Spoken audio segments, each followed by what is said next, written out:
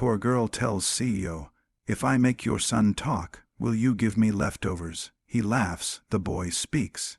The moment the little girl lifted her thin hand and pointed toward the silent boy sitting across the white tablecloth, something invisible cracked in the air, because hunger had a way of stripping pride bare, and hope had a way of daring the impossible.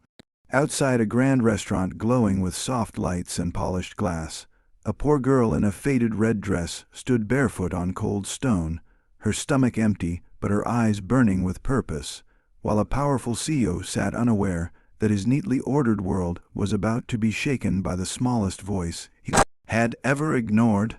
Before this story pulls you deeper into its turning point, take a second to pause. If you believe in kindness, second chances, and the quiet power of human connection, please like this video, share it with someone who needs hope, comment your thoughts, and subscribe to the channel Ripple of Kindness, because every small action creates a wave that reaches farther than we imagine. The girl's name was Lena, though no one at the restaurant knew it, and fewer still cared. She lived with her sick grandmother in a single-room shelter near the railway tracks, where nights were loud and mornings were uncertain. Every day, Lena walked the streets collecting scraps, watching people eat meals that smelled like comfort and safety, learning early that hunger was not just an empty stomach, but an ache that settled into the bones. That evening, she had not eaten since the day before, and her grandmother's cough echoed in her mind as she watched plates being served and cleared, untouched food carried away like it never mattered. At the center table sat the CEO, a man used to command and silence, dressed in a tailored suit that reflected control. Beside him sat his son, a pale boy with careful hands and distant eyes, a child known in boardrooms and charity galas as the CEO's silent son. Doctors had called it a condition, specialists had called it complex, and his father had learned to call it fate. The boy did not speak, did not react, and did not meet eyes, and over time the father's hope had hardened into acceptance mixed with quiet grief he never named. Lena had seen the boy before, not up close, but enough to notice how his eyes followed people instead of plates, how his fingers trembled when noises grew sharp, how silence wrapped around him like a wall. Children recognized things adults forgot, and Lena felt something familiar in him, something like being unseen while surrounded by abundance. Hunger pushed her forward, but empathy made her brave. She stepped closer to the table, ignored by waiters trained to look through children like her, and made her bold request in a voice steady despite the fear pounding her chest. She did not ask for money. She did not beg. She offered something instead, something that sounded foolish enough to make powerful people smile. The CEO laughed not cruelly, but with disbelief sharpened by exhaustion. He had heard promises before, false hopes wrapped in expert words, and this was a child with dirt on her knees and hope in her eyes. Still, perhaps out of amusement, perhaps out of pity, he allowed her a moment, assuming silence would remain silence. Lena did not touch the boy. She did not perform tricks or speak loudly. She simply sat on the ground near him, lowered herself to his level, and pulled a small, broken toy from her pocket, one she had found months ago and fixed with string. She began to play quietly, rolling it back and forth, letting it stop near the boy's shoe, then pulling it back slowly again and again, patient as time itself. Minutes passed, the restaurant noise softened. The boy's fingers twitched. His eyes shifted downward, then followed the movement.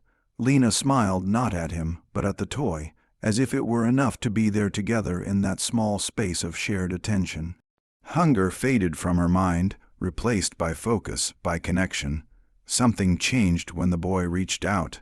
At first, it was barely noticeable, a small movement of curiosity, but then his hand closed around the toy. The room seemed to hold its breath. Lena waited, her heart racing, knowing that pushing would break the fragile bridge forming between them. She rolled the toy again gently, inviting without demanding. And then it happened.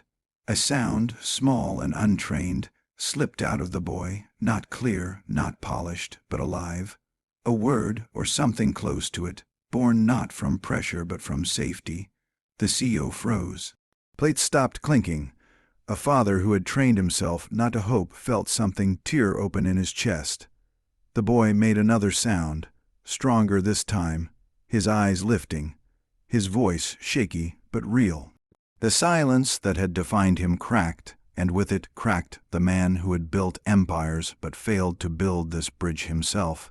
Tears blurred the CEO vision as years of restraint collapsed into disbelief and gratitude. Alina did not celebrate. She simply stood, waiting, her stomach reminding her why she had come. The CEO, shaken and humbled, ordered more food than the table could hold, placing it before her with hands that trembled. But something deeper had shifted. This was no longer about leftovers. In the days that followed, Lena's life changed in ways she never imagined. The CEO ensured her grandmother received proper medical care.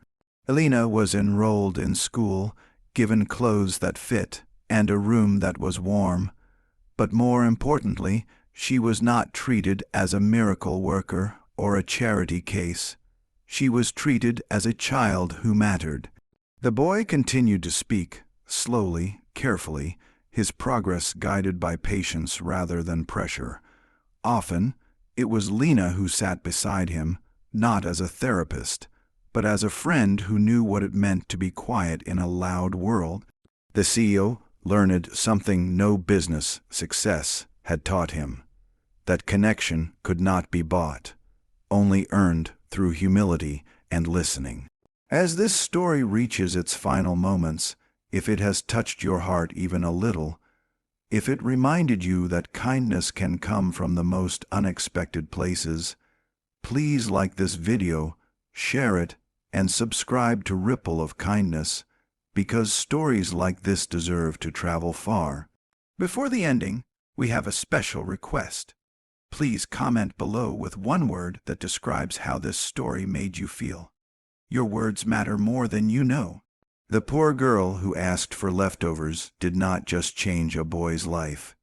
She changed a father's heart and reminded a world obsessed with power that the smallest acts of kindness can unlock the deepest silences. And if this story moved you, please engage with this video, because every like, every comment, every share helps keep stories of hope alive, creating ripples that reach those who need them most.